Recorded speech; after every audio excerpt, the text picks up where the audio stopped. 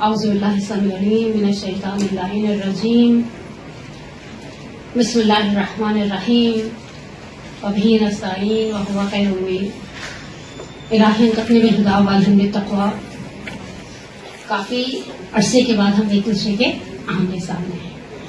عید غدیر سعید خم اور ہم تو ویسے دو عیدوں کے درمیان ہیں. ایک عید جو گزر گئی اور ایک عید جو انشاءاللہ آنے والی ہے.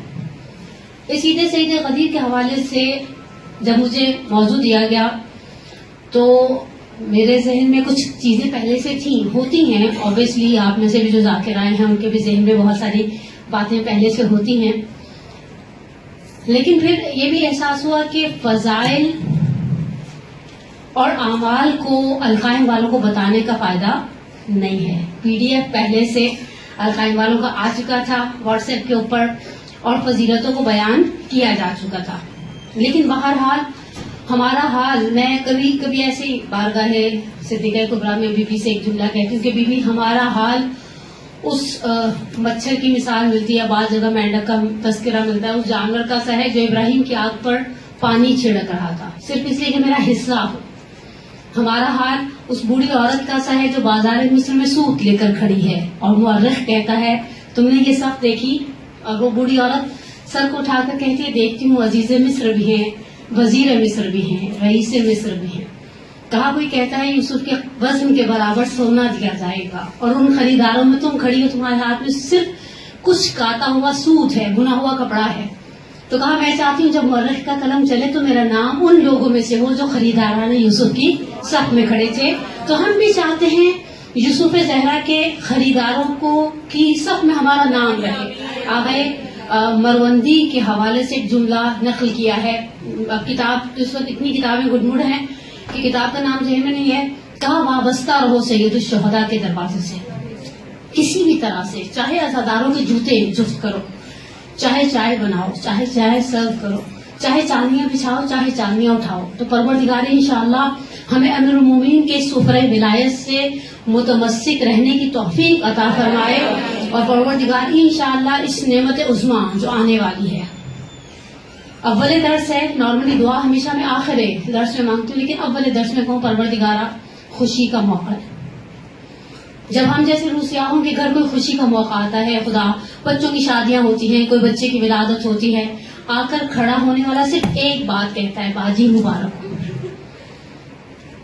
اور ہم تمام وجود کے ساتھ ریئلائز کرتے ہیں کہ باجی مبارک ہو اصل میں کیا کہہ رہی ہے، یو شوڈ گیو می.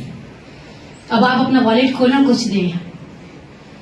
ہم کہتے ہیں اتنی بڑی خاندان پیغمبر کی خوشی تھی. میں صاحب الغدیر، میری جان قربان ہو جائے اللہم محمد عبد الحسین امینی صاحب الغدیر کی، جگہ جگہ کہتے ہیں ہنے اونی یا رسول اللہ. اللہ کے رسول کہتے تھے مجھے مبارکباد دو، مجھے مبارکباد دو، مجھے مبارکباد دو. یا رسول اللہ ہم کھڑے ہیں مبارکباد دینے کے لیے. امیر المومنین ہم کھڑے ہیں مبارکباد دینے کے لیے. آپ نے خیمہ نصب کروایا. خواتین جو مدینے سے حج کے لیے آئی ہوئی تھی وہ آئیں. جس طرح سے فتح مکہ پر اللہ کے رسول نے آگے ترس کے اندر پانی رکھا تھا، ادھر سے اللہ کے رسول فتح مکہ کے موقع پر بیعت لیتے ہوئے مسلمان عورتوں سے اپنے ہاتھ کو پانی کے اس ظرف میں ڈبوتے تھے. اگر استاد جعفر سبحانی فراز ہے یا زندگانی ہے، پیغمبر اسلام میں کہتے ہیں عورت آتی تھی فتح مکہ کے موقع پر سامنے آ کر پانی کے برتن میں وہ ہاتھ ڈبوتی تھی، بیعت کے جملوں کو اپنی زبان پر جاری کرتی تھی.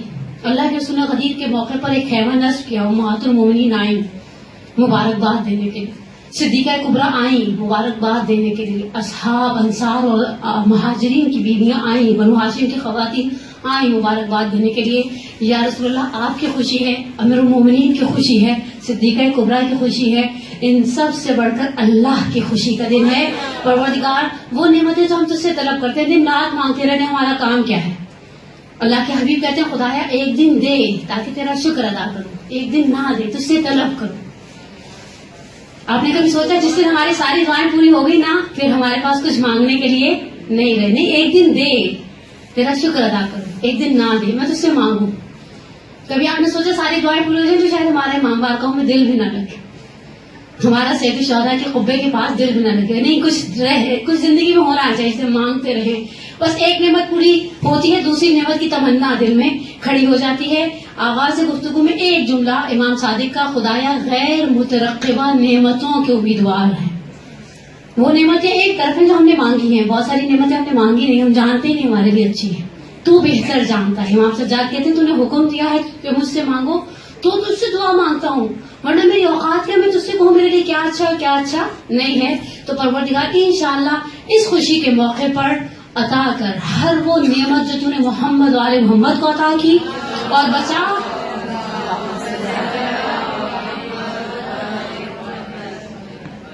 اتنی ٹھنڈی سلوات میں سولجر گزارا والا جو برداشت نہ کروں، آپ ہی کیسے کر لوں.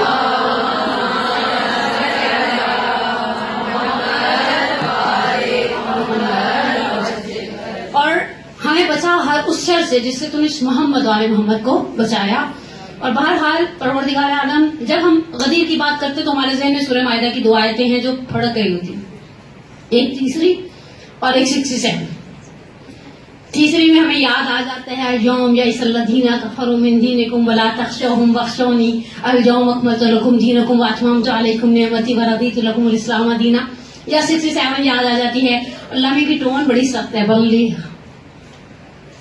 پروردگار ایسا لہجہ، تو نے حبیب کی ہمیشہ ناز برداری کی، تو نے ہمیشہ اپنے حبیب کی ناز برداری، اور بڑے عجیب انداز سے آپ کبھی کبھی قرآن کی ٹونز کو دیکھیں. ہم زندگی میں کہتے ہیں نا کہ ٹونز الفاظ سے زیادہ لاؤڈلی اپنا میسج کنوے کرتی ہیں. آپ خدا کی بات جگہ اتنے لاڈ اٹھائیں کہ تو نے اپنے اس حبیب کے. موسیٰ ابن عمران اس افضلیت کے ساتھ 300 سے کے لگ بھگ آیات وابستہ ہیں موسیٰ ابن عمران کے ساتھ. انبیاء میں سب سے زیادہ جس نبی کا تذکرہ قرآن میں ملتا ہے آپ کو جگہ جگہ پھیلا ہوا، وہ موسیٰ ابن عمران علیہ وعلیٰ نبینا افضل الصلاۃ والسلام ہے. لیکن جب اس موسیٰ کی بات کی کہا وہ جاء بمیقاتنا، موسیٰ ملاقات کو آئے. اپنے حبیب کی اتنی ناز برداری کی سورہ مبارکہ اسراء میں کہا سبحان الذی اسری بعبدہ لیلا من المسجد الحرام الى المسجد الاقصی بارکنا حولہ. پاک ہے وہ جو ذات جو لے گئی. اچھا کہاں وہ لے گئی والی ذات؟ ہم نے رائڈ بھی بھیجا، ہم نے گائیڈ بھی بھیجا، اور پھر ملکوت اعلیٰ کی سیر کرائی. کہاں یہ بلیغ والی جو؟ اگر آپ قرآن کا اساسی اسلوب سمجھیں، قرآن کا مخاطب سمجھیں، قرآن میں مخاطب کرنے کے دو انداز ہیں پروردگار عالم کے. پہلا ایک انداز ہے جس میں ڈائریکٹ وہ اپنے حبیب سے مخاطب ہے، ڈائریکٹ اپنے حبیب سے مخاطب ہے. اللہ بھی اپنے نبی کو پیغام دیتا ہے، اور کبھی نبی کے ذریعے امت کو دیتا ہے، جسے کہا جاتا ہے قل، اے حبیب کہہ دو. پیغام ہمارا ہے، دینے کے لیے ہم نے تمہیں چن لیا. قل یا ایھا الکافرون قل ھو اللہ احد. او ہمارے پاس الحمدللہ آیات ہیں قل کے آواز سے ہونے والی. لیکن پروردگار کبھی حبیب سے ڈائریکٹ مخاطب ہے، کبھی حبیب سے خطاب نہیں، امت سے خطاب ہے.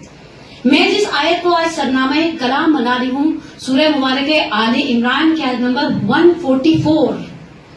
سورہ مبارکہ آل عمران آیت نمبر 144. پروردگار عالم فرماتا ہے محمد وما محمد الا الرسول قد خلت من قبلہ الرسل افإن مات او قتل انقلبتم على اعقابکم ومن ينقلب على عقبیہ لن یضر اللہ شیئا سیجزی اللہ الشاکرین. اگر آپ اس آیت کو تفصیل سے پڑھنا چاہیں، سید احمد معتصم سوڈانی، بہت ہی پیاری کتاب حقیقت گمشدہ، اردو میں کتاب ہے، اور اردو کی کتابیں میرے پاس ریئر ہی ہوتی ہیں، اس لیے مجھے جب کوئی اچھی کتاب ملتی ہے تو میں اس کا ریفرنس ضرور دیتی ہوں. آج سرنامے کے طور پر جو آیت پڑھی جائے گی وہ آئے 144 سورہ مبارکہ آل عمران، تیسرا سورہ قرآن کا، اور آیت کا نشان 144. پروردگار اس آیت، ان دو آیتوں کے درمیان ہم اپنی گفتگو کو مکمل انشاءاللہ بے امید پروردگار کریں گے. پہلی وہی آیت سورہ آل عمران کی آیت نمبر 144، دوسری آیت نمبر 67 آف مائدہ. پروردگار اس آیت کے اندر سورہ مبارکہ مائدہ، سورہ مبارکہ آل عمران کی آیت کے اندر کہتے ہیں محمد وما محمد الا رسول. اچھا بعض آیتوں کا ترجمہ بہت ہی زیادہ کھلا ہوا، واضح، آشکار ہوتا ہے، اس کے اندر آپ کو بہت زیادہ پیچیدہ کوئی چیز نظر نہیں آتی، تو ہم بہت فریکوینٹ اس کے اوپر سے گزر جائیں گے بڑی آسانی کے ساتھ. پروردگار کہتے ہیں محمد وما محمد الا رسول. اللہ میں تو بچوں کو بھی پتا ہے، وہ ہمارے نیچے بچے جو بیٹھے ہیں ان سے پوچھو محمد کیا تھے تو وہ کہیں گے اللہ کے رسول. قد خلت من قبلہ الرسل، اس سے پہلے انبیاء آئے اور چلے گئے. آپ گھر جا کر ایک دفعہ ترجمہ ضرور دیکھیے گا. ترجمے کے معاملے میں کبھی بھی ریسائٹر پر بھروسہ نہ کریں، مومن زور باور ہوتا بھی نہیں. ایسے کیسے آپ نے کہہ دیا تو ہم نے مان لیا. کل میرے پاس ایک روایت واٹس ایپ پر آئی تھی، آگ کے والدین یعنی اولاد والدین کو آگ کرنے کا اختیار رکھتی ہے. تو ہم نے ہماری خاران کا ایک گروپ ہے، خاران مکتب ولایت کے نام سے، اس میں ڈالا میں نے کہا اس میں صرف ایک بحث کی جگہ ہے. انہوں نے کہا خصال جلد اول، خصال کی ایک ہی جلد ہے، انہوں نے جلد اول کیسے کہہ دیا؟ تو انسان اپنی عقل کو بھی استعمال کرتا ہے. آپ ترجمے پہ میرے اوپر بھروسہ نہیں کرے گا، گھر جائے قرآن کھولے، ایپس کے اندر قرآن پڑے ہوئے ہیں، شیعہ ٹول کٹ کے اندر ہے، آپ ترجمہ دیکھیں. قد خلت من قبل الرسول، اس سے پہلے نبی آئے اور چلے گئے. اچھا انبیاء کی سنتیں ایک جیسی رہی ہیں. انبیاء کے نے ہر نبی نے جس دن اپنا جانشین، اپنا وسیع معین کیا، اس دن کو عید قرار دیا.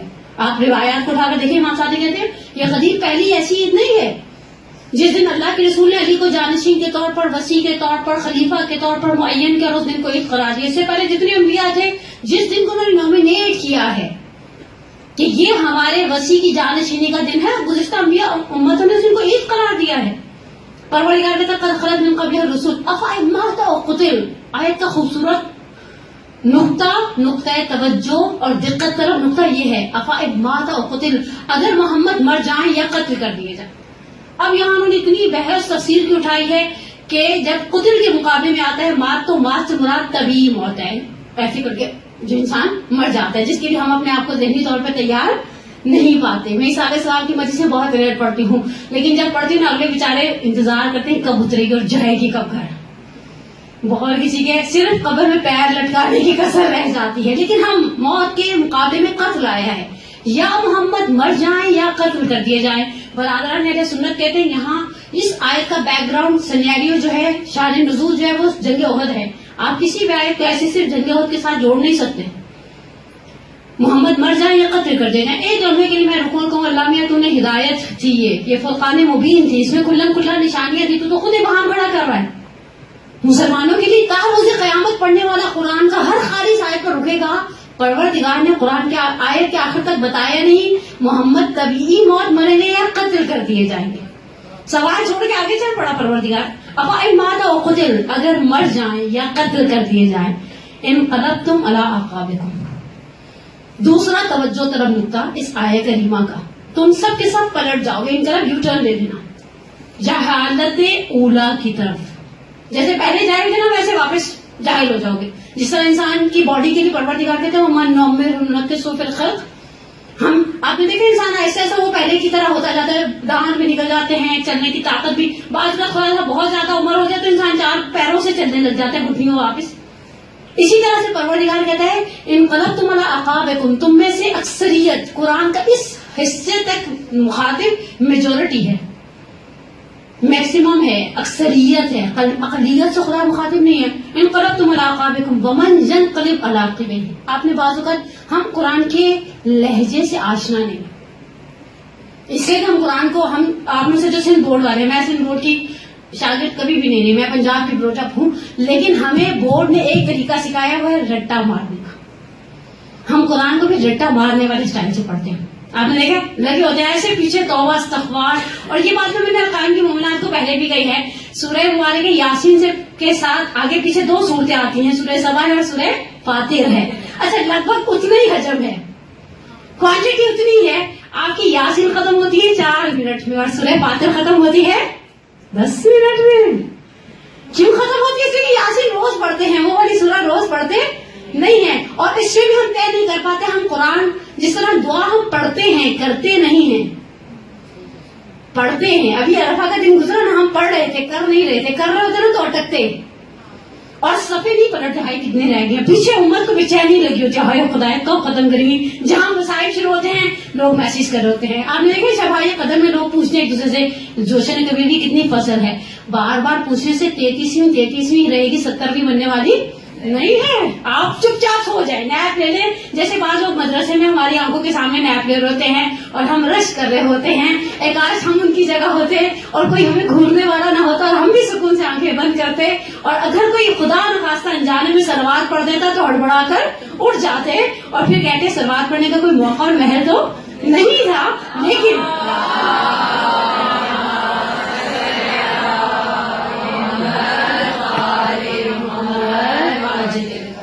لیکن پروردگار کا یہاں لہجہ بہت عجیب ہے. ہم جس سے محبت کرتے ہیں اس کا لہجہ سمجھتے ہیں. اب میں جو جملہ کہہ رہی ہوں نا ماں کو بڑے چبھے گا، آپ کہیے گا نیچے کوآرڈینیٹر سے کہ یہ جملہ کاٹ دے ریکارڈنگ میں سے. نہیں، ہم جن سے محبت کرتے ہیں ان کا لہجہ سمجھتے ہیں. امی اس نے بیچاری امی کہا، ہم نے ٹون سے سمجھ لیا کہ کچھ غلط ہو گیا. شوہر نے فون ایک دم کاٹ دیا، اس نے کاٹنے سے سمجھاتے کچھ گڑبڑ ہو گئی ہے. ساس نے سب کے سامنے کا دلہن ادھر تو آنا، کتنا پانی ہو گیا امی اب کیا ہوا ہے. ٹھیک ہے نا، ہم جن سے محبت کرتے ہیں لہجہ سمجھتے ہیں، ہم اسی امی، اسی دلہن، اسی بیگم، اسی باجی، اسی بھابھی میں سے سمجھ جاتے ہیں کب سامنے والا اپریشیٹ کر رہا ہے اور کب سامنے والا مہمانوں کے نکل کے جانے کا انڈیکیٹر دے رہا ہے، ان کو جانے دو پھر بتاتا ہوں. ہمیں خدا سے محبت نہیں ہے. محبت ہوتی تو ہم لہجے کے آشنا ہوتے ہیں. محبت ہوتی تو ہم کہتے ہیں، آپ لہجہ دیکھیں گا، کبھی کبھی ہمارا لہجہ ہوتا ہے ڈیم کیئر. آپ ہمیں نہیں پوچھے، ہم نے آپ کو پوچھا، آپ نے قربانی کا گوشت نہیں بھیجا، ہم نے بھی آپ کو قربانی کا گوشت نہیں بھیجا. ہماری باڈی لینگویج، ہمارے اعمال، ہماری افکار، ہماری زبان، ہماری آنکھوں کی پتلیوں کی رد و بدل بتاتی ہے ہم سامنے والے کا بیسک میسج لے چکے. اللہ کا یہاں لہجہ پتہ ہے کیسے؟ ڈیم کیئر والا. ہمارے پنجابی میں ایک لفظ ہوتا ہے ٹٹھے کھونچ جاؤ، پرواہ نہیں ہوگی تمہاری. وَمَنْ يَنْقَلِبْ عَلَىٰ عَقِبَيْهِ لَنْ يَضُرَّ اللَّهَ شَيْئًا. جو پلٹ جائے گا خدا کو نقصان پہنچنے والا نہیں ہے.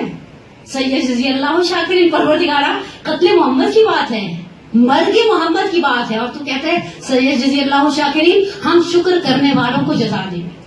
آپ یہ آیت ذہن میں رکھیں. اس آیت کو آپ کہیں گے روزرز میں بھی بیٹھے، اتوار والا دن ہے، ابھی تو قربانی کے گوشت آ رہے ہیں آہستہ آہستہ، اور ابھی فریزر میں اس کی گود بڑھائی چل رہی ہے ہمارے فریزر کی. دیکھیں ذرا غربت کا یہ عالم ہو گیا کہ قصاب آہستہ آہستہ بیچارے اپنی دکانیں سے بیٹھ کر بیٹھے ہیں. لیکن آپ جب بھی ٹائم ملے، تھوڑا سا ٹائم 10 منٹ 15 منٹ نکال کر آپ اس آیت پر توجہ رکھیے گا، اس آیت کے بنیادی پیغام کو ذہن میں رکھیے گا.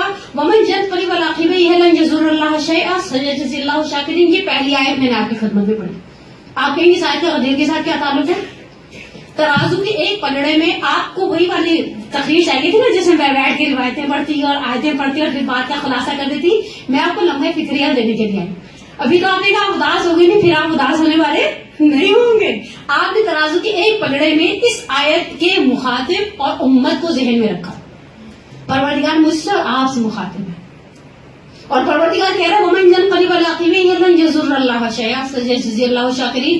جو پلٹ جائے گا ہمیں نقصان نہیں پہنچے گا، ہم شکر کرنے والوں کو جزا دیں گے. اچھا، قرآن کی بہت ساری آیتیں دلیل کے طور پر آ گئے. سودانی لائے ہیں اپنی کتاب میں کہ شکر گزار ہمیشہ کم رہے ہیں. یہاں پر اس آیت کے اندر کوئی چیز ایسی ہے جس سے پھر جائیں گے مسلمان. 11 ہجری 28 سفر المظفر رحلت پیغمبر ہو گئی. اس سے لے کر 50-60 ہجری 61 ہجری محرم الحرام کربلا کا میدان، کیا کچھ مسلمانوں کے درمیان نہیں رہا؟ کوئی ایسی چیز تھی جو 11 ہجری میں لاس ہو گئی، اور جنہوں نے لاس کر دیا اسے قرآن کہتا ہے یضر اللہ شیئا، ہمیں کوئی نقصان نہیں پہنچے گا، خدا کی خدائی میں کوئی فرق نہیں آئے گا. مسلمانوں کے درمیان 61 ہجری تک نماز تھی 1، 61 ہجری تک روزہ تھا 2، 61 ہجری تک خمس تھا 3، 61 ہجری تک حج تھا. میں کسی سنی اسکالر کا ایک بڑا پیارا جملہ پڑھی تھی، اسے کسی شاگرد نے پوچھا کہ جب صحابہ کرام نے بیعت کر لی تھی یزید ابن معاویہ کی، تو حسین ابن علی نے کیوں نہیں کی؟ کہا فرزندم تمہارا سوال الٹا ہونا چاہیے تھا، جب حسین ابن علی نے بیعت نہیں کی باقی صحابہ نے بیعت کیوں کی؟ اب اصل بحث یہ ہے کہ 61 ہجری تک اسلام کی ہر چیز ہے، نماز ہے، روزہ ہے، حج ہے، حفظ قرآن ہے، قرآن کا سب کچھ ہے، سب کچھ چل رہا ہے، ایک چیز نہیں ہے. یہاں قرآن اس آیت میں اس چیز سے پھر جانے کو دین سے پھر جانا کہہ رہا ہے. مخاطب امت ہے، ٹھیک، الحمدللہ آپ ماشاءاللہ پڑھا لکھا سمجھدار مجمع سب سے زیادہ آپ کی رادس میں آئی ہوں، ورنہ میں نے چھوٹے کے بعد سنڈے کو نکلنے مجھے موت آنے لگ گئی ہے، اور مجھے سوچوں کہ میرے کو نہ ہی نکلنا پڑے گھر سے اتوار والے دن وہ اس ٹائم پر. لیکن حقیقت ہے اب دوسری آیت، اور میں 4 یا 5 روایتیں آپ کے ساتھ شیئر کر کے زحمت کو ختم کر دوں. یہاں مخاطب امت ہے، پروردگار نے امت کو ایک جسے کہنا انڈیکیٹر دے دیا. اور پھر سورہ مائدہ کی اب اس آیت کو پڑھیں، جس آیت کو پڑھنے کا اس آیت کے بعد مزہ آئے گا. پروردگار وہاں مخاطب امت تھی، اور تم نے امت کو ایک طرح سے میرے الفاظ میں نا دھمکی دے دی، جو پلٹ گیا. یعنی کوئی چیز ایسی ہے جو معادل ہے کل دین کے پورے دین کی قیمت یہ ایک چیز ہے، پورے کے پورے دین کی قیمت یہ ایک چیز ہے. آپ نے اس کو نکال دیا. آپ اس کے لیے میں صرف ایک شاہد مثال کے طور پر آئے دعا کا ٹکڑا لے کر ہوں. ابھی آپ نے دعائے رفع پڑھی، امام صاحب نے آخری پیراگراف میں کیا کہتے ہیں؟ خدا تو نے جو کچھ میں نے تجھ سے مانگا وہ 4 5 6 صفحے مفاتی کے بڑے بڑے مولا نے. اچھا دعائے عرفہ میں جتنا شکر ہے آپ کو کسی دعا میں اتنا شکر بھی نہیں ملے گا. جتنا شکر پتہ نہیں ارحا کا کیا ہے, آنتوں کا کیا ہے, اس کا کیا, اس کا کیا. پھر اس کے بعد امام صاحب نے ایک لمبی لسٹ مانگی خدا سے, لیکن آخری پیراگراف میں سمری بنائی امام صاحب نے. مجھے اور آپ کو دعا مانگنے کا طریقہ سکھایا ہے. وہ ورکنگ لیڈیز جو عرفہ کے دن نہیں بیٹھ سکیں ہمارے عرفہ میں, انہیں بتایا یہ آخری پیراگراف مانگ لو. یہ مخ مطلب ہے, یہ لب مطلب ہے, یہ سمری ہے, یہ اسارا ہے, یہ جوس ہے. بعض اوقات آپ 1 کلو گوشت کھاتے ہیں پیتے ہیں, اور بعض اوقات آپ اس 1 کلو گوشت کی 1 کپ یخنی بنا کر پی لیتے ہیں. دونوں کے اندر برابر طاقت آ جاتی ہے. اور امام صاحب کہتے ہیں اگر جو کچھ میں نے تجھ سے مانگا تو نے دے دیا, اور یہ آخری والی بات چیز نہیں دی, گویا تو نے کچھ نہیں دی. اور جو کچھ میں نے تجھ سے مانگا تو نے نہیں دیا, یہ آخری چیز مجھے دے دی, گویا سب کچھ دے دیا. انفقا کرکبتی میں نے نار, مجھے آتش جہنم سے نجات دے. جس طرح سے امام حسین دعائے عرفہ کے اس لاسٹ پیراگراف میں ایک فقا کا رقبتی من النار, انسان آتش جہنم سے نجات پا جائے کو, ان ساری دعاؤں کا نعم البدل قرار دیتے ہیں, بلکہ افضل قرار دیتے ہیں. بس ایک چیز ایسی ہے, یہاں مخاطب امت ہے, خدا کہہ رہا ہے تم نے یہ چیز چھوڑ دی, سارا دین چھوڑ دیا. اور پھر اب اس دوسری اسی آیت اور اسی لہجے کے ساتھ وہ والی آیت نمبر 167 جو معروف آیت ہے. آل عمران تو کوئی حدیث کے حوالے سے پڑھتا نہیں ہمارے ہاں, یہ ہم پڑھتے ہیں آیت کہ جس میں پروردگار کہتے ہیں یا ایھا الرسول. اچھا یہاں پر ہمارے بزرگان, میری جان قربان ہو جائے, رشید ترابی جیسوں پر, عقیل ترابی جیسوں پر, مرحوم نقان اللہ مقامہ جیسوں پر, اظہر حسن زیدی صاحب جیسوں پر, ان کے درمیان کچھ علمی شخصیات تھی, کچھ ممبری شخصیات تھی. ہم عالم اور ممبر, عالم اور ذاکر کا فرق نہیں سمجھ پاتے, لیکن ان بزرگان نے بڑے اچھے طریقے سے عوام تک ایک پیغام پہنچایا. پروردگار یا ایھا الرسول کہہ رہا ہے.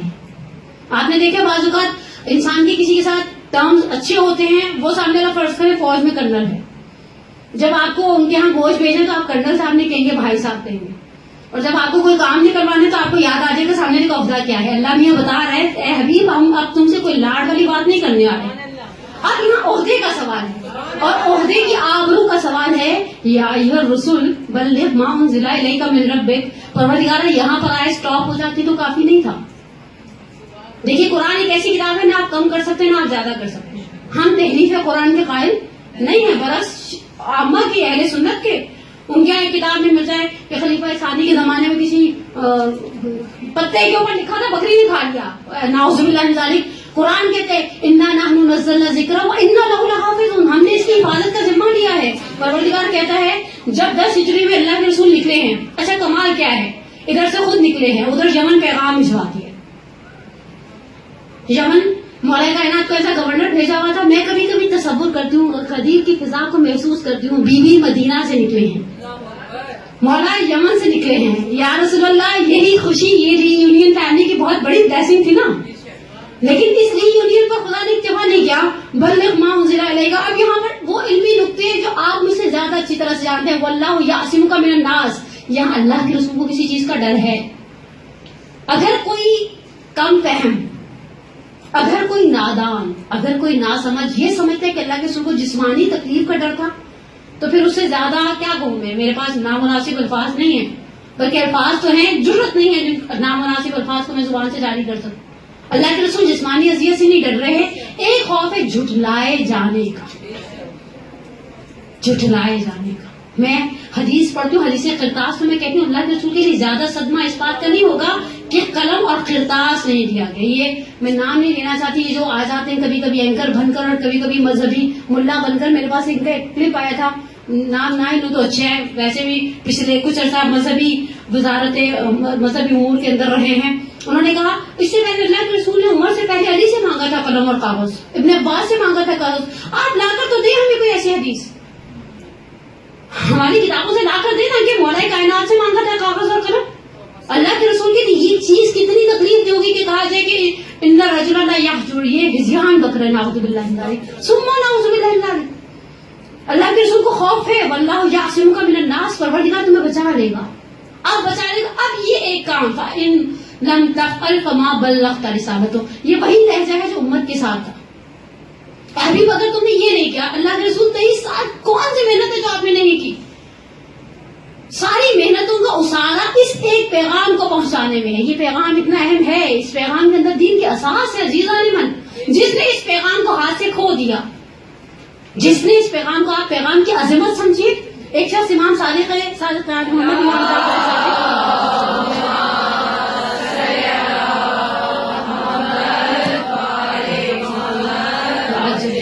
امام جعفر صادق علیہ السلام کے پاس آتا ہے, مفہوم اور خلاصہ روایت.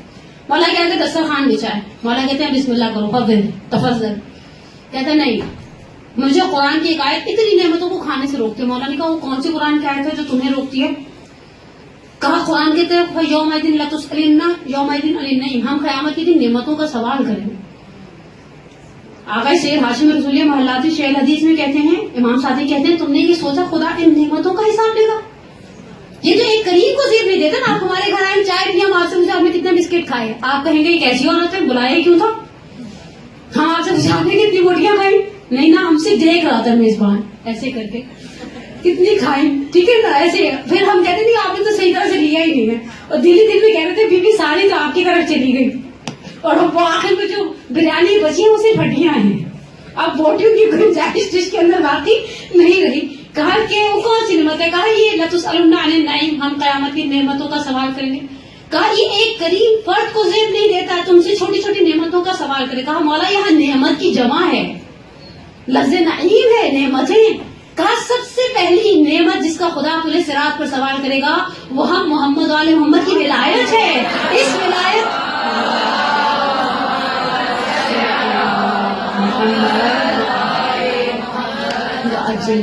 اس نعمت کا سوال کرے گا. یہ نعمت ولایت ہے. بنی الاسلام اور الخمسہ, اسلام کی بنیاد 5 چیزوں پر تھی, میں سب سے اہم ولایت تھی. اور کمال کیا تھا. اب میں جملہ اپنے ایک سینئر عالم دین کا نقل کروں. فرض کریں میں مر جاؤں اور میرے مرنے کے بعد میرے بچوں کو پتہ چلے کہیں سے کہ میری نمازیں باطل تھی, مثلا وضو میں اشکال تھا, غسل میں خدا نہ سب کوتاہی تھی. میں مر جاؤں نا, خدا نے میرے بچوں کا اور میرا رشتہ ختم نہیں کیا. ممکن ہے میری اولاد میں سے کوئی صالح فرد کھڑا ہو کے ایسی مر گئی بیچاری اتنی خدمت کر آ کر ہم ان کی نمازیں پڑھوا دیتے ہیں, نمازیں پہنچیں گی مجھے, ٹھیک, یہ میرا سلی مسٹیک تھا, پہنچے گا مجھے, خدا نے میرا دروازہ بند نہیں کیا. فرض کریں مر جاؤں, ایسے کچھ روزے بچے کے بیچاری ہمارے پیچھے ہی لگی ہوتی, نہیں ہمارے چکر میں چھوڑے ہوں گے. روزہ رکھوا دیا, کفارے دے دیے, فدیہ ادا کر دیے, عذاب میں تخفیف آ جائے گی. حج نہیں کیا, واجب تھا نہیں کیا, کروا دیا, چلو بخشش ہو گئی. ولایت ناقص چھوڑ کر مر جاؤں, اب کچھ نہیں کر سکتا, اب میکسیمم آپ میرے دعا خیر کر سکتے, میرا عذاب کم ہو جائے, مجھے چھٹکارا نہیں ہے. چھٹکارا نہیں ہے. ولایت ایسی نعمت ہے, اور وہ ولایت جنہوں نے غدیر خون کا پیغام لے لیا, جنہوں نے غدیر کو درک کر لیا, جنہوں نے غدیر کو محسوس کیا. اور جب غدیر کی بات آتی ہے تو غدیر کے حوالے سے کچھ لوگ وہاں پر, حسان بن ثابت وہاں موجود تھے. تاریخ نے حسان کا شعر لکھے ہیں, اشعار لکھے ہیں کہ کس قدر خوبصورت طریقے سے حسان نے اشعار کے اندر قلم بند کیا میدان غدیر کو. غدیر یہ لکھے ہیں اہل سنت نے. غدیریہ کہتے ہیں وہ اشعار جو غدیر کی شان میں گئے ہیں, غدیریہ لکھے ہیں مسیحیوں نے. کمال یہ ہے, میرے ہاتھ میں آ گئے فضل اللہ کمپانی کی کتاب علی مظہری کی رعایت, اس کے آخر میں ایک جملہ نقل کرتے ہیں آگئے کمپانی, مولا کائنات کی ذات پر سب سے زیادہ مفصل قصیدہ جو لکھا گیا وہ 5000 اشعار پر مشتمل ہے. لکھنے والا مسلمان نہیں ہے. دوسرا بڑا قصیدہ 3000 اشعار پر مشتمل مولا کائنات کی شان میں لکھا گیا ہے, لکھنے والا ایک عیسائی ہے. کہا مولا کا عشق قید و بند سے آزاد ہے. حتیٰ کہتے ہیں جو عمران بن حسین کی وہ جو ہے مسجد جس نے مولا کے قبے کو بنوایا, اس کا نام بندہ خدا کا عمران نہیں تھا, نام اس کا عمر تھا. اس نے مولا کی محبت نے اپنے آپ کو اجازت نہیں دی کہ میں اپنا وہ نام لکھواؤں دیوار کے اوپر, اور نہیں میں چاہتا, اس نے اپنے بیچارے نے نام کے اندر رد و بدل کر کے لکھوا دیا. لیکن انصافاً یہ نعمت ولایت کیسی عظیم نعمت تھی. میں آپ کی خدمت میں صرف کچھ جملے اس مناظرے کے نقل کروں جو عبداللہ مامون کے تھے علم کلام کے علماء کے ساتھ. لیکن اس سے پہلے کہ میں یہ مناظرہ آپ کی خدمت میں نقل کروں, ایک صلوات پڑھے محمد و آلہ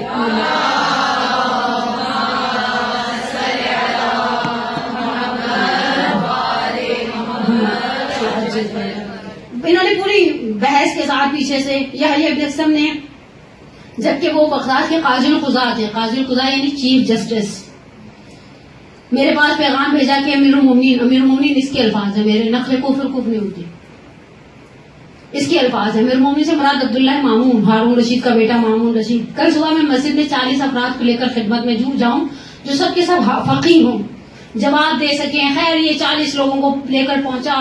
اس کے بعد ادھر عبداللہ مامون بیٹھا ہے، ادھر یحییٰ ابن اقسم بیٹھا ہے. یحییٰ ابن اقسم کے پیچھے 40 فقہا کی جماعت بیٹھی ہے. کہا یحییٰ کہتے ہیں کہ میں نے آپ کو بتانا چاہتا ہوں کہ مثلا دین میں مناقشہ ہے، ہم جاننا چاہتے ہیں عبداللہ مامون کس دین پر ہے. کیونکہ یہ لوگ دل چاہتا تھا تو اپنے آپ کو الگ ہی شو کرتے تھے، دل چاہتا تھا تو اپنے آپ کو کسی دوسرے دین کا شو کرتے تھے. انہوں نے کہا کہ ہم آپ کا نظریہ علی کے بارے میں جاننا چاہتے ہیں. اب میں نے اس مناظرے کو خلاصۃ الغدیر سے لیا ہے. الغدیر کا خلاصہ اردو زبان میں حجت الاسلام والمسلمین علی اصغر مروج ہے، واللہ عالم، کیونکہ زیر زبر پیش پوشی دیا ہوا. خراسانی کہتے ہیں کہ ہم لوگ جب بیٹھے، سارے کے سارے لوگ بیٹھے، تو امیر المومنین نے کہا کہ مجھے عہد رسول کے ایسے شخص کے بارے میں بتاؤ جو دوسروں سے افضل ہو. اصل مجھے تعجب ہے اس افراد پر. خود ابن ابی الحدیث معتزلی نے شرح نہج البلاغہ میں ایک جملہ کہا ہے، الحمدللہ الذی قدم المفضول علی الفاضل. خدا کی حمد و ثنا جس نے کمتر کو برتر پر فضیلت دی. اگر آپ کے پاس خدا نخواستہ کان میں تکلیف ہو جائے، آپ کے پاس 2 چوائسیز ہوں. ایک آپ نارمل فزیشین کو دکھائیں، آپ ایک کسی بڑے اچھے والے ENT کو دکھائیں. آپ کس کے پاس درد لے کر جائیں گے؟ ENT کے پاس. آپ کے پاس انتخاب کا حق دیا جائے، ایک آلو چالو سی درجن کا اور ایک اچھے ٹیلر کا، ریٹ دونوں کے سیم ہو، آپ کس کے پاس جائیں گے؟ کامن سینس کی بات ہے. جب ہم گھر میں رہنے والی عورتیں لہسن پیاز کاٹنے اور چھیلنے والی عورتیں جانتی ہیں کہ اگر 2 کا انتخاب کا حق دیا جائے تو ہم بہتر کو لیتے ہیں. امت کے عقل پر پتھر پڑ گئے تھے، امت کے عقل پر پتھر پڑ گئے تھے. مولا اس حدیث غدیر سے استدلال کرتے ہوئے انصار اور مہاجرین کے دروازوں پر گئے ہیں. مولا اس حدیث غدیر، حدیث ثقلین، حدیث منزلت، حدیث تیر سے استدلال کرتے ہوئے انصار اور مہاجرین کو گواہ بناتے رہے ہیں. حتیٰ شیخ توسی رہے رحمہ پر میری جان قربان ہو جائے. مولا کائنات کے حرم کے دربانوں میں سے آج بھی ان کی قبر مطہر حرم امیر المومنین کے باہر موجود ہے. لیکن مولا کائنات کے احتجاج خلیفہ اول کے ساتھ انہوں نے نقل کیا ہے کہ مولا کہتے ہیں تم نے کس حساب سے اپنے آپ کو خلیفہ رسول کہا میری اور رسول کی قرابت اچھی تھی، کہا میری اور رسول کی قرابت سے زیادہ اچھی قرابت تھی. خود مولا کائنات خطبہ شخصیہ میں فرماتے مولا مجھے اس طرح سے علم سے سیراب کیا جیسے پرندہ دانے کو سیراب کرتا، اپنے بچے کو سیراب کرتا ہے دانے سے. کہا کہ تم بتاؤ افضل کون تھا اس زمانے میں، رسول اللہ کے زمانے میں. اسحاق کہتے ہیں میں نے سر کو جھکا دیا، یعنی یہ جو قاضی القضاء یحییٰ ابن اقسم ساتھ علماء اور فقہاء لے کر آئے ہیں، سر کو جھکا دیا. کہا کہ اگر یہ تم سمجھو کہ خلیفہ اول افضل تھے. اب بہرحال بعض ویسے انہوں نے بڑی عجیب قسم کی دلیل کے طور پر لے کر آئے ہیں. آپ سوچیے کس طرح سے کوئی کہہ سکتا ہے کہ ایک ایسا شخص جس نے اپنی زندگی کے کئی سال شرک میں گزارے ہیں، بت پرستی میں گزارے ہیں، رزق اور آسان گناہوں کے ساتھ گزارے ہیں، آپ کیسے اس کو کسی ایسے شخص کے ساتھ، خود اہل سنت کا کرم اللہ وجہہ کہنا سب سے بڑی دلیل ہے کہ کوئی مولا کی برابری اصحاب پیغمبر میں نہیں کر سکتا. اس سے پہلے کہ یہ مامون کے جملے آپ کی خدمت میں نقل کروں، عبداللہ جو ہے یہ احمد بن حنبل کے فرزند ہیں. سید عبداللہ فاطمیہ روزہ استاد میں نقطہ گفتہ میں ایک جملہ عبداللہ کا نقل کرتے ہیں. کہا میں نے ہمیشہ دیکھا میرے والد کا بڑا رجحان تھا مولا کائنات کی نسبت، بڑی عقیدت تھی، لیکن جو علم رکھتا ہے وہ آٹومیٹکلی عقیدت بڑھ جائے گی. علم کا سب سے بڑا کمال یہ ہے یا یہ محبت بڑھا دیتا ہے یا یہ نفرت بڑھا دیتا ہے. تیسری چوائس آپ کے پاس نہیں رہنے دیتا. آپ شمر کے بارے میں پڑھتے جائیں آٹومیٹکلی نفرت بڑھ جائے گی. آپ اصحاب سید الشہداء کے بارے میں پڑھتے جائیں آٹومیٹکلی محبت اور معرفت بڑھتی چلی جائے گی. کہا کہ میں نے دیکھا میرے باپ کے دل میں بڑا احترام ہے علی مرتضیٰ کے حوالے سے. کہتے ہیں ہمارے گھر پر چونکہ عالم ہے اور بھارت بڑا مقام ہے علماء اہل سنت میں، حنبلی فرقہ ہے باقاعدہ مخصوص ان کے ساتھ، علماء اہل سنت کے ایک ڈیلیگیشن آئے آ کر بیٹھے، چائے وائے لوازمات چل رہے تھے. اس کے بعد ایسے ہی بحث سے بحث، بعض کا ہوتا ہے نا کلام یہ جرل کلام. ہم کبھی کبھی ذاکروں کے ساتھ کسی لنچ پہ بیٹھتے ہیں، ہم کہتے ہیں ہم ایک کہیں بیٹھے ہوں تو بولنے کی مجال نہیں دیتے، 6 12 ذاکرہ ایک چھت کے نیچے بٹھا دی جائے، ہر کونے سے آواز آ رہی ہوتی. کہا کہ الکلام پر کلام، بحث سے بحث چلی اور کسی نے کہا افضلیت صحابہ، کیونکہ اہل سنت کا نظریہ یہ ہے الصحاب کلہم کالنجوم کلہم عدول، سارے کے سارے ستاروں کی مانند ہیں، جس کے پیچھے لگو گے وہ تمہیں ہدایت تک پہنچا دے گا. اور سب سے بڑا نقص دلیل کے طور پر وہ روایت ہے جو ہماری نصاب کے اندر شامل ہے، عشرہ مبشرہ. اس سال محفل مرسا میں رمضان کلاس میں میرے پاس موضوع تھا، میں تو نصاب پڑھ کے حیران رہی کہ نصاب میں کیا دے رہے ہمارے بچوں کو. عشرہ مبشرہ، یہ وہ 10 لوگ ہیں جنہیں رسول اللہ زندگی میں بشارت دے چکے تو سارے سارے جنت میں جائیں گے. کمال کے میں قاتل بھی اور مقتول بھی ہے، ظالم بھی اور مظلوم بھی ہے. اور یہ اچھا کمال ہے، قاتل بھی رضی اللہ، مقتول بھی رضی اللہ، ظالم بھی رضی اللہ، مظلوم بھی رضی اللہ. تم کہتے ہو کلہم کالنجوم، تم کہتے ہو کلہم عدول، سارے کے سارے عادل تھے، سارے کے سارے نجومی تھے. کہا افضلیت صحابہ کی، ان میں سے کچھ تو تھے جن کا کریڈٹ زیادہ تھا. کہا ایک شخص کھڑا ہوا، عبداللہ ابن احمد ابن حنبل کہتے ہیں، ایک کھڑا ہوا اس نے کہا ابو ذر. اچھا باقی یہ سامنے علماء بیٹھے ہیں نا، میری طرح کے جاہل لوگ تو نہیں بیٹھے ہوئے. ایک نے کہا اگر آپ کہہ رہے ہیں ابو ذر تو دلیل کے طور پر آئے تھے، روایت نے کہا اللہ کے رسول نے کہا یا ابا ذر اکرم انت منا اہل البیت، تمہارا مقام بہت ہے، تم ہم اہل بیت میں سے. دوسرے نے کہا نہیں سلمان. کہا کیوں؟ کہا سلمان کے سامنے جب مناقشہ تھا کہ سلمان کس قبیلے کے ہیں تو اللہ کے رسول نے کہا سلمان محمدی ہیں. تیسرا نے کہا عمار، الحق مال عمار والعمار مال حق، حق عمار کے ساتھ ہے، عمار حق کے ساتھ ہے. خیر بحث چلتی رہی، ہر مولوی ایک دلیل دیتا رہا. بحث ختم ہو گئی، مولوی نے چائے پہ اپنے گھر چلے گئے. وہ بچے کا موڈ آف ہو گیا، جیسے کبھی کبھی مجھے لگتا ہے سامنے بیٹھے ہوئے مومنات کا بھی آف ہو رہا ہے. خیر میری صحت پہ کوئی اثر نہیں پڑے گا، ایسے میں جن پہ اثر لینے والی تھی نا مر گئی ہوتی ہے ابھی تک. لیکن کہا جب سارے چلے گئے تو اب بیٹے کا چہرہ اتر گیا. ابا نے کہا کیا بات ہے؟ اکھڑے سے ٹون سمجھتا نا انسان، خاموشی کی بھی سمجھتا ہے، الفاظ کی بھی سمجھتا ہے. ہم قرآن کی ٹون سے آگاہ نہیں ہیں. کہا کہ میں آپ سے ناراض. کہا کیوں؟ اس زمانے میں موبائل نہیں تھے نا، ورنہ نہ ابا کو پتا چلتا نہ بیٹے کو پتا چلتا. جیسے بھی مہمان جاتے دونوں اپنا فیس بک چیک کرنے بیٹھ جاتے اور لڑائی کا سوال ہی نہ پیدا ہوتا. کہا میں بچپن سے آپ کو دیکھتا رہا، آپ کی عقیدت، آپ کی محبت علی مرتضیٰ کی نسبت. آپ جب ابو الحسن کہتے ہیں سر کو جھکاتے ہیں، لیکن آج جب افضلیت صحابہ کی بات چلی تو آپ کے سامنے ابو ذر کا نام لیا گیا، آپ چپ تھے. آپ کے سامنے سلمان کا نام لیا گیا، آپ چپ تھے. قمبر کی بات آئی، عمار کی بات آئی، مقداد کی بات آئی، اصحاب پیغمبر حذیفہ یمانی جیسوں کی، ابن تحیان جیسوں کی بات آئی، آپ چپ تھے. ابا آپ کو بولنا چاہیے تھا کہ علی افضل صحابہ ہیں. عبداللہ ابن احمد ابن حنبل کہتے ہیں میرے باپ نے سر کو اٹھا کر کہا تم سے کس نے کہا ہے علی جزو صحابہ ہیں، علی جان پیغمبر ہیں، علی نفس پیغمبر ہیں. علی کو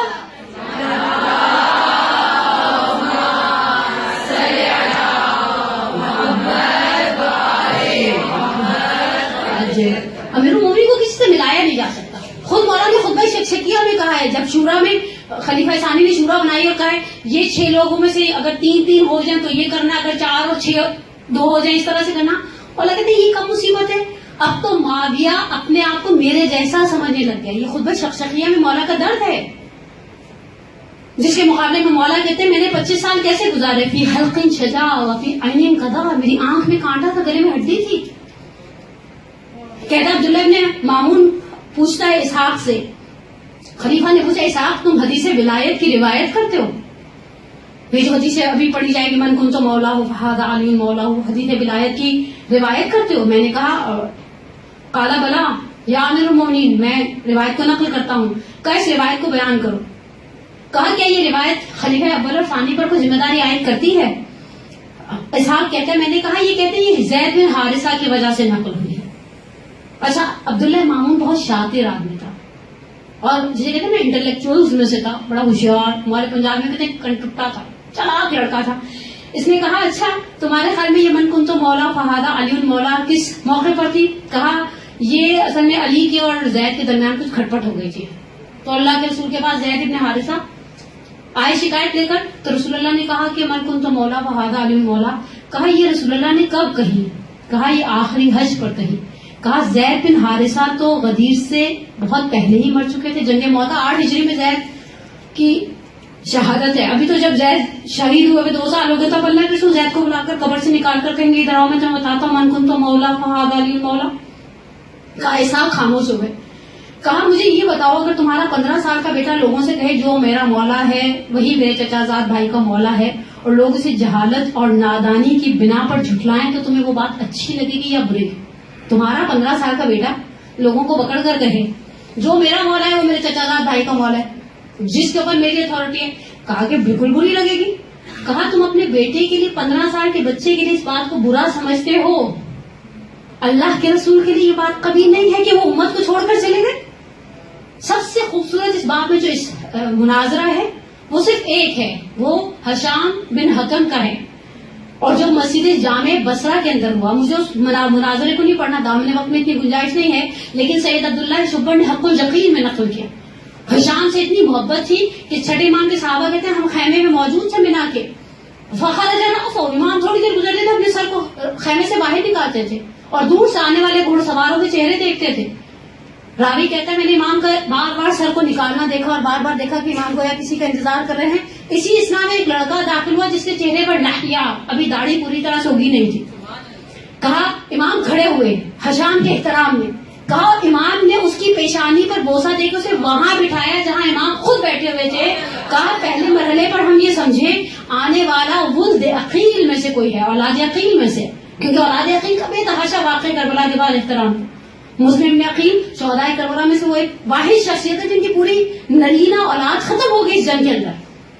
صرف ایک مسلم عقیل ایسی شخصیت ہیں. آغا علی نظری منفرد نے صحیفہ کربلا میں جو روایت کو نقل کیا ہے کہ پوری نسل منقرض ہو گئی مسلم عقیل کی. کام سمجھے اولاد عقیل میں سے کوئی ہے, اور امام اتنا احترام کرے. امام بیٹھے اور امام نے کہا ہے حشام بتاؤ مسجد جامع بصرہ میں تمہارے اور امر کے درمیان کیا گزری. کہا حشام نے سر کو جھکا کر کہا یبن رسول اللہ, حیات ہے, آپ بیٹھے. کہا امام نے پھر سے کہا حشام بیان کرو. کہا حشام نے سر کو, اچھا چھٹے امام کے 8 صحابہ ایسے ہیں جن کے نام حشام ہیں, تم نقل کرو. کہا مولا حیاتی ہے. کہا اذا امرتکم بشیء فافعلوہ, دیکھو جب ہم کسی چیز کا حکم دیتے نا پھر انجام دو, پھر یہ آگے سے بحث نہ کرو. حشام نے کہا مجھے پتا چلا وہ بیٹھتا ہے مسجد جامع بصرہ میں اور جو اس کے دل میں آتا ہے وہ کہتا ہے میں پہنچا. اچھا یہ کوفے کے رہنے والے حشام عراقی ہیں بیسیکلی. امام صادق اپنی زندگی کے 2 سال گزارے عراق کے اندر, ٹوٹلی 2 سال عراق میں رہے ہیں. یہ جو امام نے اتنے شاگرد عراق میں تیار کیے ہیں, یہ جو مسجد سہلا اور کوفہ کی روایتیں کہاں سے آئی ہیں آپ کے پاس؟ ایسا تھوڑی نا سہلا جا کر نماز پڑھنے سے پہلے مولا مدینے سے اٹھ کر آتے, وہ جو ہم ایام فاطمہ کی شہادت کی مجلس میں بھی پڑھتے ہیں کہ جب امام سے کسی نے آ کر کہا کہ ایک مومنہ کو تعزیانہ پڑھا ہے تو امام نے کہا اٹھو مسجد سہلا چلتے ہیں. امام صادق کا یہ وہ ٹائم پیریڈ ہے امام صادق کا. امام نے حشام نے کہا کہ میں مسجد بصرہ پہنچا اور مسجد کھچا کھچ بھری ہوئی تھی. کہا میں نے اپنے ہاتھ کو دور سے لہرایا اور دیکھا کہ امر سوالوں کے جواب دے رہا ہے. میں نے امر سے کہا میں سوال کرنا چاہتا ہوں. کہا لوگوں نے مجھے مڑ کر دیکھا اور احساس ہو گیا کہ میں بصرے کا رہنے والا نہیں. کہا یہ مسافر ہے. کہا میں لوگوں کو گزارتا ہوا امر کے قریب پہنچا اور میں نے امر سے کہا میں بہت دور سے آیا ہوں, میں مسافر ہوں, اگر میں آپ سے کوئی سوال کروں آپ جواب دیں گے. اور مولوی صاحب بیٹھے وہاں پر سوالوں کا جواب دینے کے لیے تھے. کہا یا آپ نے یا جواب دوں گا میں. کہا دیکھیں آپ پہلے مجھے گارنٹی دیں میرے سوال احمقانہ ہوں گے تبھی جواب دیں گے. اب یہ اس کو کہتے ہیں نا ناک کا بال نہ انسان آج کل کی خواتین ہاٹ پیک سے نکال لیتی ہیں, کوئی ایسا ایشو نہیں رہتا, لیکن یہ ناک کا بال بن گیا بیچارے کے. کہا یا نہیں اگر احمقانہ سوال ہوگے تب بھی جواب دوں گا. کہا جب سارے مجمع کے سامنے سے گارنٹی لے لی سوالوں کا جواب دے گا. میں نے پہلا سوال کیا آپ کی آنکھیں ہیں, کیا سوچا ہوا بیچارے نے, چھوڑا سمجھ گئے نا, اوکے. کہا ہاں یا بنیا ہے. کہا ان سے کیا کرتے ہیں؟ کہا ان سے چہروں اور رنگوں کو تشخیص دیتا. کہا پھر میں نے پوچھا آپ کا ناک ہے؟ کہا ہاں ہے. کہا اس سے کیا کرتے ہیں؟ کہا اس سے بدبو اور خوشبو کو تشخیص دیتا ہوں. کہا کان ہے؟ کہا ہے.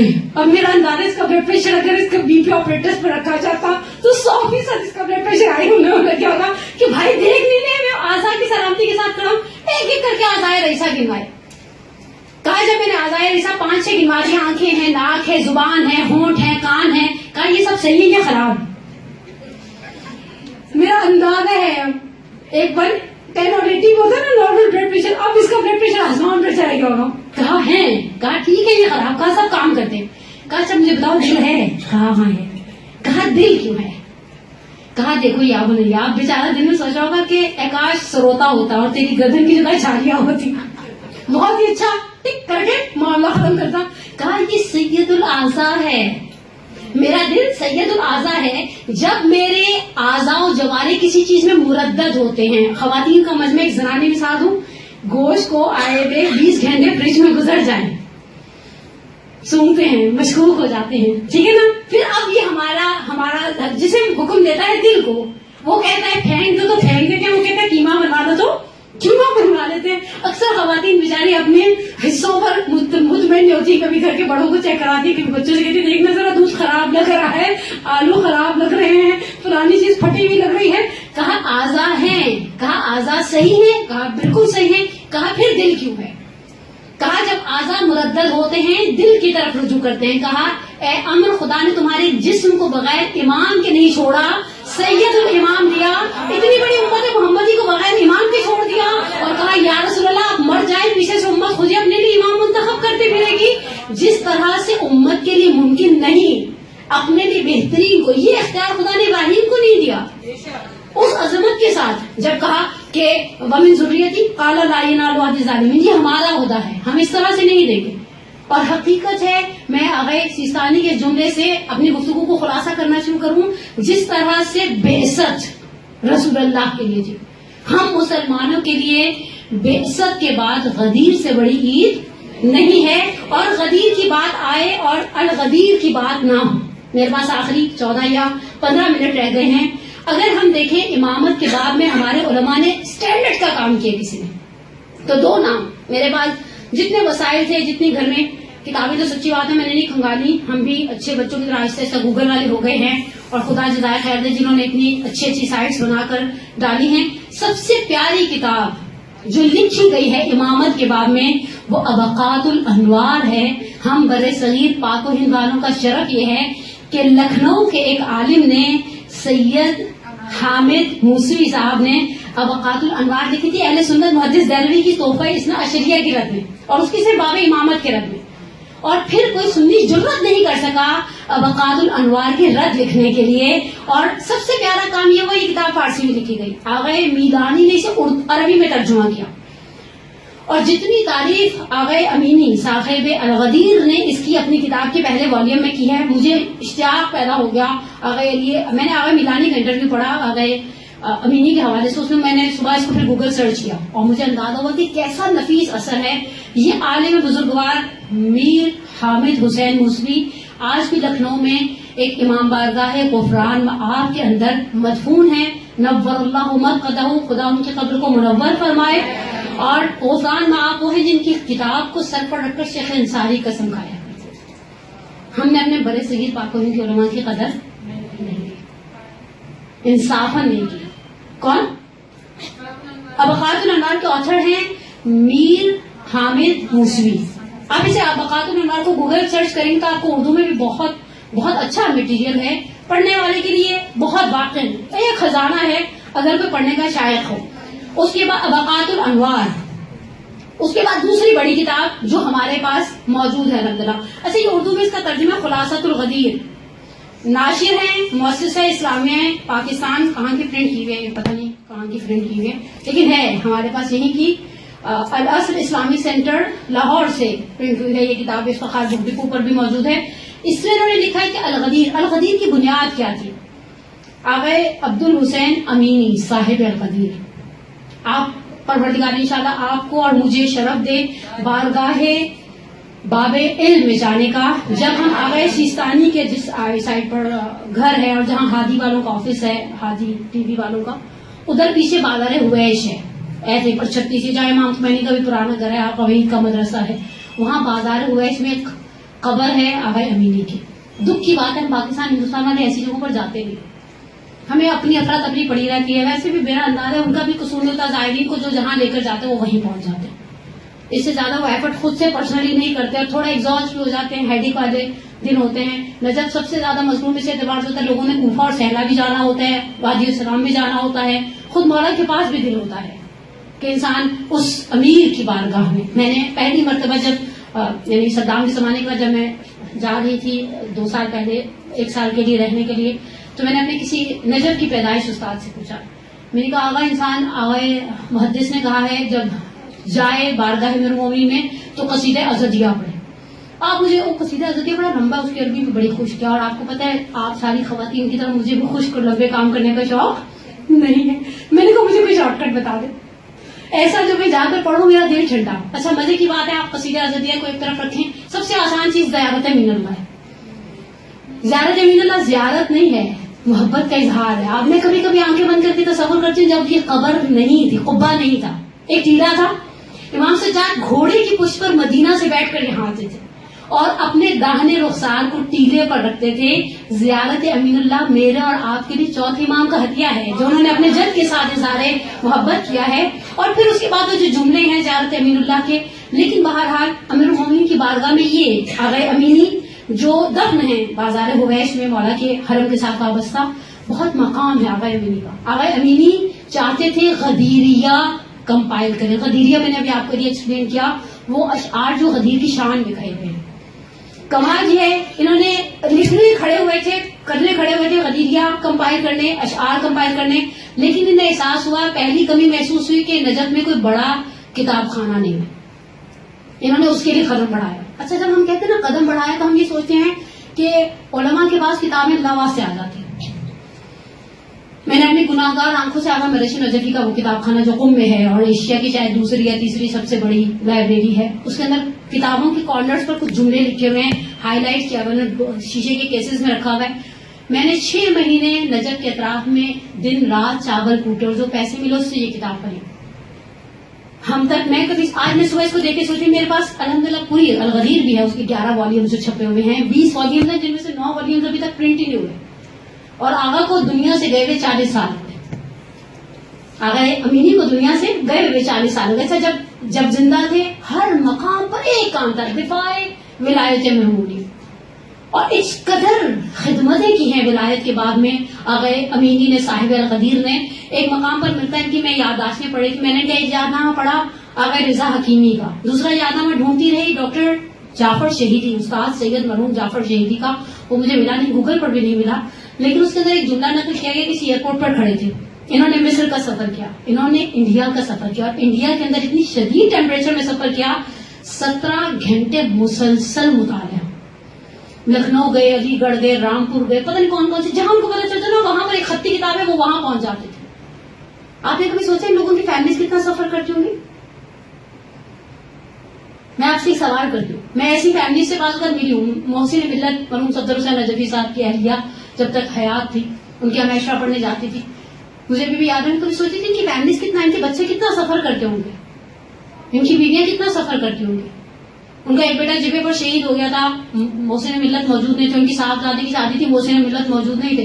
یعنی یہ لوگ, ان کی فیملی سفر کرتی ہیں, یہ خود مشکلات سے رہتے ہیں صرف اس لیے کہ یہ ہمارے تک پہنچایا جائے. لیکن جتنا انٹرسٹ ہم کوکنگ وتھ فائزہ کو دیتے ہیں, جتنا انٹرسٹ ہم کوکنگ وتھ زبیدہ طارق مرحومہ کو دیتے ہیں, اس سے 10واں حصہ بھی ہم اس کے لیے نہیں نکالتے اپنے لیے وقت. میں صرف 4 یا 5 شکوے آپ کے ساتھ شیئر کروں, بات ختم. میں نے اپنی دونوں کتابیں سمیٹ لی.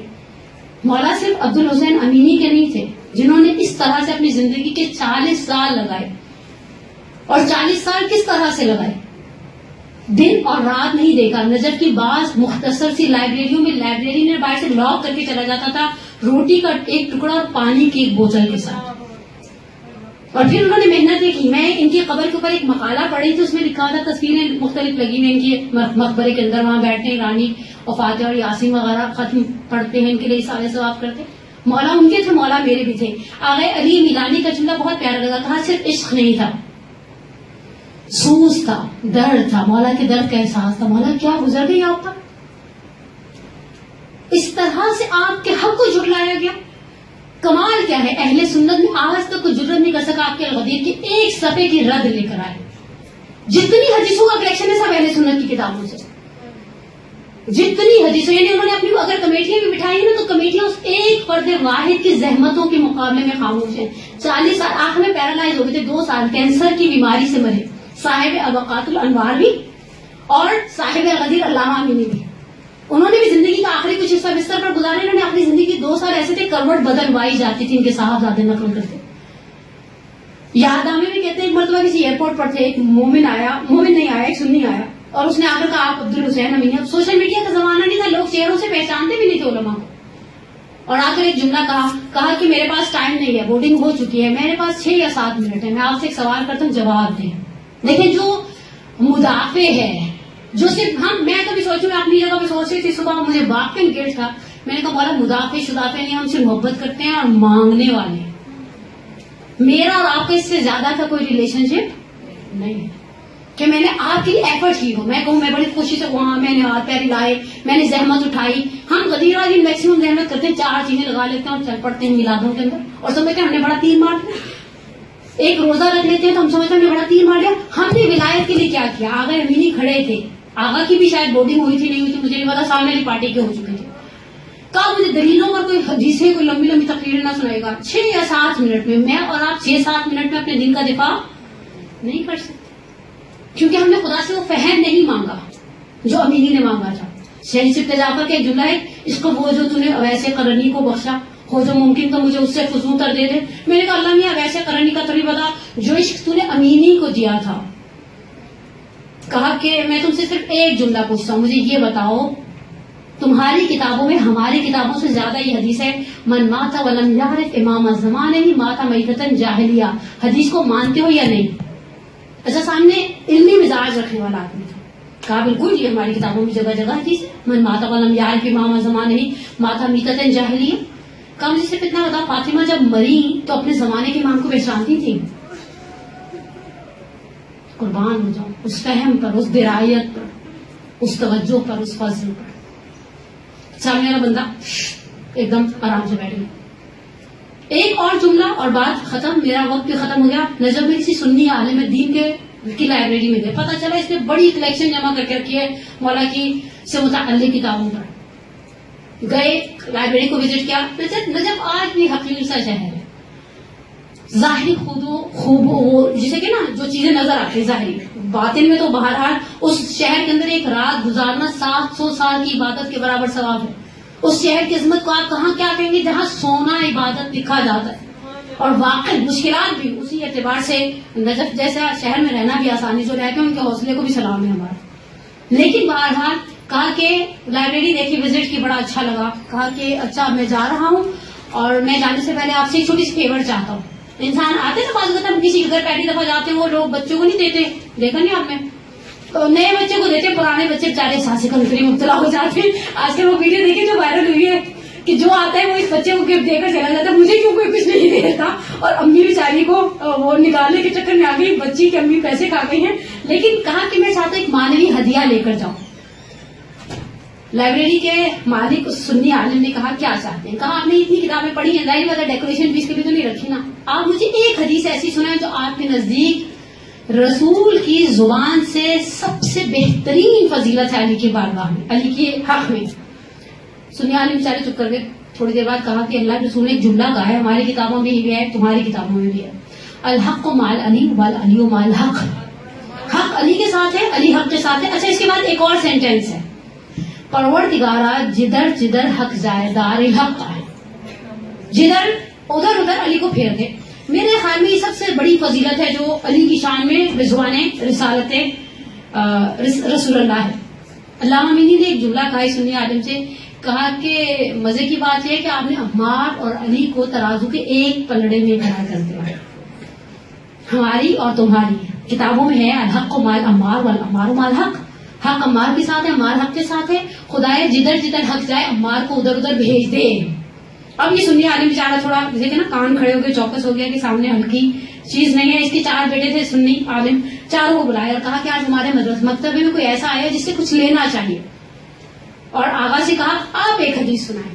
آپ نے تو میری کو ریفیوز کر دیا نا, اب آپ سنا دیں تاکہ مجھے پتا چلے کہ زبان رسالت سے کون سی بہترین فضیلت ہے جو علی مرتضیٰ کی بیان ہوئی ہے. کہا آدھی حدیث وہی جو تم نے نقل کی, الحق مال علی والعلی مال حق.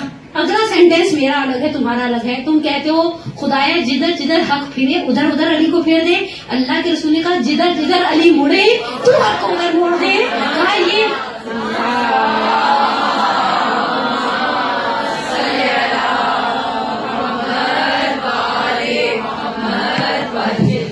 کہا یہ تم نے حدیث میں تمہیں سناتا ہوں. یہ اس مقام علمی کے ساتھ بات ختم ہو گئی. پروردگار اس غدیر کی برکتوں سے آپ کو اور مجھے بھی نوازے. ایک آخری جملہ سنتی جائیے, ایک جملہ مرحوم امینی کے حوالے سے. آغا امینی کا انتقال ہوا, بستر میں تھے, بیمار. تشیع جنازہ تہران میں ہوئی, تشیع جنازہ کاظمین میں ہوئی, تشیع جنازہ سامرہ میں ہوئی, تشیع جنازہ کربلا میں ہوئی. جنازے کو نجف لے جایا گیا. آغا محمد رضا امینی بڑے صاحب زادے, ان کا بھی انتقال ہو گیا ہے. ساتھ ساتھ تھے جنازے کے. جنازے کو دفنانے کے بعد ان کے ایک فیملی فرینڈ تھے آ گئے تباہی، آ گئے بحر العلوم، سوری یہ سر نیم ہے، جیسے امینی بیٹے پوتے سب آگے امینی چلے گئے. کہتے ہیں بابا کے انتقال کے بعد تیسرا دن تھا، میں اپنے گھر سے درس کے لیے نکلنے لگا، آ گئے گھر کے ملازم نے آ کر کہا آ گئے بحر العلوم آئے ہیں. میرے لیے جیسے نقل کیا گیا ویسے ایز اٹ از آپ کے لیے نقل کریں. مجھے دل میں شکوا تھا کہ ابا کی زندگی میں تو بڑی دوستی تھی، آنا جانا تھا، مر گئے وہ قبرستان کے بعد آئی نہیں، یہ کوئی بات ہے؟ ہوتا ہے نا، ہم ایکسپیکٹ کرتے ہیں اپنے پیرنٹس میں سے خدا سے کسی کا انتقال ہو جائے تو جو بہت اچھے دوست ہوتے ہیں وہ پھر گھر پر آ کر الگ سے پرسا کے دیتے. کہا میں نے خادم سے کہا بٹھاؤ، میں گیا اور گیا تو میں نے جا کر سلام کے بعد ایک جملہ کہا. میں نے کہا آغا میں آپ کا 3 دن سے انتظار کر رہا تھا. تو قبرستان سے گھر نہیں ہے نا، جیسے آتے ہیں قریبی فیملی فرینڈز آتے ہیں وہ گھر پر آ کر بچوں کو پرساتے تھے. کہا میں نے اپنے آپ کے ساتھ عہد کیا تھا میں تمہارے پاس نہیں جاؤں گا پرسے کے لیے. ابھی بیچاروں کو تھوڑا ہوگا کیوں نہیں جاؤں گا، میں نے کون سی آپ کی بھینس چرا لی ہے. میرے الفاظ کے مطابق کہا کہ میں نے تمہارے باپ کا اور میرا 40 سال سے ساتھ تھا، تمہارا باپ عاشق تھا ولایت کا، ایسا عشق تھا. ایک دفعہ مسجد میں کسی سنی عالم نے ان کو پکڑ کر کھڑے ہو کر یہ کہہ دیا تھا کہ شیعہ جھوٹ بولتے ہیں جو کہتے ہیں ایک رات میں 1000 مرتبہ 1000 رکعت پڑھتا ہے. کہا میں تمہاری بات کا جواب دیتا ہوں، نیکسٹ ویک یہی اسی حرم رضوی کے سے ہوں. مشرق کے علماء تشیع میں بے چینی اور کھلبلی مچ گئی تھی. سب میں آخر میں سے کہا یہ کوئی باتیں کرنے والی، آپ کسی کانفرنس ہال کو بک کراتے، کوئی سیمینار کرواتے، یہ تو عوام اور خواص سب آ جائیں نا، کاٹ نہیں سکتے آپ مشرق کے ذہن میں کہ آپ آئیں آپ نہ آئیں. تو سب کے لیے کھلا ہے دسترخوان مولا کا. کہا جب بلا رہا ہوں تو کر کے بھی دکھاؤں گا. جب نیکسٹ ویک علماء کہتے ہیں شیعوں سے زیادہ سنی پہنچے تھے، بعض لوگ زائدان سے فلائٹس لے کر پہنچے تھے. دیکھیں کیا کرتا ہے مینی، جسے کہتے ہیں نا مدافع، دفاع کرنا اہل بیت کا. مغرب عشاء کی نماز ختم ہوئی، 1000 رکعت وہاں کھڑے ہو کر پڑھ کے دکھا دی اور کہا جب مومن پڑھ سکتا ہے امیر المومنین کس طرح سے نہیں پڑھ سکتے. اسے کہتے ہیں کرنے والے کے لیے. لیکن کہا کہ میں نے دیکھا تمہارا باپ عاشق تھا، خدا کی قسم جب تک نظر میں تھا ہر روز مولا کی زری کے سامنے کھڑے ہو کر زیارت جامع کبیرہ حفظ سے پڑھتا تھا، آنسو رخسار پر بہتے تھے. گل گیا تمہارا باپ، انڈیا، مصر، ٹرکی، کہاں کہاں نہیں گیا، کہاں کہاں نہیں گئے. صرف اس لیے اسے کوئی بتاتا تھا وہاں ایک کتاب ہے خطی ہے کسی کے پاس وراثت میں پہنچی، وہاں پہنچتا تھا. میں نے کہا یہ مر گیا، اس کا چیپٹر کلوز ہو گیا، اب علی کی ریاست ہے، برزخ ہے. کہا کل رات میں تمہارے باپ کی روح سے کہہ کر سویا. میرے آخری جملہ آپ کی خطر انشاءاللہ اتر جائے گی. خدا اس ولایت کی نعمت کو تعداد میں مرد باقی رکھے آپ کے لیے میرے لیے. کہا کہ میں نے رات کو خواب میں تمہارے باپ کی روح سے کہا امینی آؤ دکھاؤ کیا حال ہے. یہاں تو نعمتوں سے محروم تھے، آسائشوں سے دور تھے، علی علی کرتے ہوئے مر گئے. کہا میں رات کو خواب میں سویا، بڑے سکون سے دیکھا میدان محشر اور گرمی وہی والی ہے جو روایتوں میں بیان ہوتی. کہا وسیع و عریض حوض کوثر ہے، حوض کوثر پر جام ہے چھوٹے والے بھی. فنجان دیکھا اپنی راکھنوں کا چائے کا کپ، وہ چھوٹا سا ہوتا ہے، اس میں ہمارے جیسوں کا تو داڑھ بھی گری نہیں ہوتی. کہا بڑے گلاس ہیں، ہر مومن آتا ہے. مولا ایک مسند پہ آرام سے بیٹھے اور دیکھ رہے ہیں. مومن آتا ہے گرمی سے نڈھال آگے حوض کوثر دیکھتا ہے، مولا کا اذن طلب کرتا ہے اپنی ایفرٹ کے مطابق. ولایت چائے کی کپ کی مانند ہے، جتنی چینی ڈالیں گے اتنا میٹھا ہو جائے گا. ایسا نہیں ہو سکتا کہ آپ میٹھا ڈالے بغیر چمچی ہلاتے رہیں، میٹھا ہونے والا. میٹھا کرنے کے لیے آپ اس میں چینی ڈالنی پڑے گی. کہا میں نے دیکھا لوگ آتے ہیں، کوئی فنجان کے برابر لیتا ہے وہ چائے کا چھوٹا کپ، کوئی بڑا گلاس ہے، کوئی واز جتنا گلاس ہے، کوئی لسی والا گلاس ہے. کہا اسی اسلام میں تمہارے باپ کی روح سے توسل کر کے سویا. میں نے دور سے دیکھا تمہارا باپ آ رہا ہے. میں نے دیکھا مولا نے اپنی شکل چھوڑ دی، آگے بڑھے، حوض کوثر کے قریب ہوئے، قبا کی آستینوں کو پلٹنا شروع کیا. وہ قربان ہو جاؤ مینی. کہا حوض کوثر سے پانی کو اپنی چلو میں لیا، تمہارے باپ کے ہونٹوں سے لگا کر ایک جملہ کہا اللہم بیض وجہک کما بیض وجہی. خدا تمہاری آبرو کی حفاظت کرے. امینی تم نے زندگی میں میری آبرو کی حفاظت کی. یہ امینی اور یہ امینی کا عشق. خدایا ہم 2 عیدوں کے درمیان ہیں، ہم 2 عیدوں کے درمیان خوشیوں کا موقع ہے خاندان پیغمبر کے. ہم نہیں جانتے ہم اس عید پر تجھ سے کیا طلب کریں. اتنی بڑی خاندان پیغمبر کی عید ہے. آپ نے دیکھے ہوں گے القرآن کی PDF میں 8ویں امام کنیزوں کو اور غلاموں کو تک ہدایہ دیا کرتے تھے. مومن کو زیب دیتا ہے اپنے گھر کو سنوارے، مومن کو زیب دیتا ہے لباس نو پہنے، مومن کو زیب دیتا ہے روزہ رکھے، مومن کو زیب دیتا ہے عیدی دے، مومن کو زیب دیتا ہے ہدیہ دے، مومن کو زیب دیتا ہے اچھا کھانا بنائے. لیکن میں مولا کائنات سے صرف ایک جملہ کو، مولا ہم امین ہی نہیں ہیں. عراق کے وزیر تعلیم نے لیٹر پیڈ پر ایک جملہ لکھ کر بھیجا تھا، میرا اکلوتا بیٹا ہے، ڈاکٹر سے جواب دے دیا ہے. شیعہ کہتے ہیں تمہاری علی کے ساتھ، تمہاری علی کے بعد بڑی آبرو ہے. میں سنی ہوں، میرا علی کے ساتھ کوئی ایسا ایسوسیشن کا رشتہ نہیں. میں تمہاری آبرو کو اس وقت مانوں گا جب تم مجھے میرا بیٹا لے کر دو. سید عبداللہ فاطمی نے روزہ نقطیاز گفتہ میں کہتے ہیں اسی لیٹر پیڈ کو اٹھایا اور پیچھے لکھ کر دیا، میں نے تمہیں خدا سے تو علی مرتضیٰ کے صدقے نے تمہارے بیٹے کی شفا لے کر دی. کہا پروٹوکول والی گاڑی کتنی دیر میں آفس میں پہنچے گی؟ 15 منٹ. کہا یہ کاغذ نہیں، یہ امینی کی آبرو ہے. اور ادھر عراق کے وزیر تعلیم کا سیکرٹری نکل کر گیا، ادھر سر پر امامہ رکھا.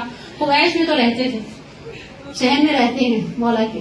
کہا امامہ رکھ کر آئے، زری کے ساتھ منہ لگا کر ایک جملہ کہا مولا ایک ڈرافٹ بھیجے. ڈرافٹ نہیں ہے، میری آبرو ہے، میری آبرو کی حفاظت کرے گا پروردگار تجھے امینی اور امثال امینی کے آبرو کا واسطہ. ان آیات کے صدقے میں ہماری سب سے بڑی حاجت ہمارے امام کے ظہور میں تعجیل فرما، ہمارے گناہ کبیرہ صغیرہ کو معاف فرما. پروردگارہ جو بہنیں جو بیٹیاں نکلتی ہیں واقعی مشقت ہے، واقعی سختی ہے، پروردگار محمد اور محمد کے صدقے میں نیکیوں کو ہمارے لیے باقیات و صالحات میں سے قرار دے. ہم سب کا خاتمہ بالایمان فرما. اس غدیر کے موقع پر ہم نے زندوں کے لیے دعائیں کی. پروردگارہ مانگی ہوئی نعمت اور بن مانگی نعمتیں بچوں بچیوں کے لیے انسان مقدر مانگتے ہیں. مولا کے دروازے پر کھڑے ہو کر مولا سے پوچھے نا اپنی اولاد کے لیے کیا مانگو، تو مولا آپ کو کوئی ڈیڈ لائن نہیں دیں گے. نوکری مانگو، سرکاری نوکری مانگو تو پرائیویٹ نوکری مانگو. مولا ایک جملہ کہتے ہیں، مولا کہتے ہیں جب مانگو اپنی اولاد کے لیے مقدر مانگو.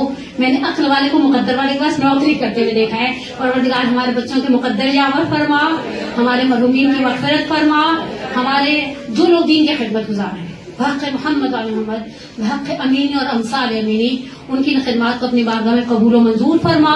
پروردگار انشاءاللہ ہمارے درمیان اگر کوئی بیمار ہے اسے شفا عاجلہ و کاملہ عطا فرما، کوئی پریشان ہے اس کی پریشانی کو دور فرما، کوئی مقروض ہے اس کے قرض کو غیب سے ادا کر دے. اور اس عید پر ہم تجھ سے طرف بچے جیسے امید لگا کے بیٹھتے ہیں امی کچھ دیں گی، خدایا ہم تجھ سے امید ہے، 70 ماؤں سے بڑھ کر پیار کرنے والا ہے، تو بہترین نعمتوں سے ہمارے دامن کو بھر دے. اپنی صحت سلامتی طول عمر کے لیے اور ہمت طاقت کے لیے آپ لوگ آئے بیٹھے اتنی دیر مجھے سنا. واقعی میں آپ کی جگہ تھی تو سو گئی ہوتی اور خراٹوں سے آواز گونج رہی ہوتی. اپنی صحت سلامتی اور توفیقات میں اضافے کے لیے صلوات پڑھیں محمد و آل محمد.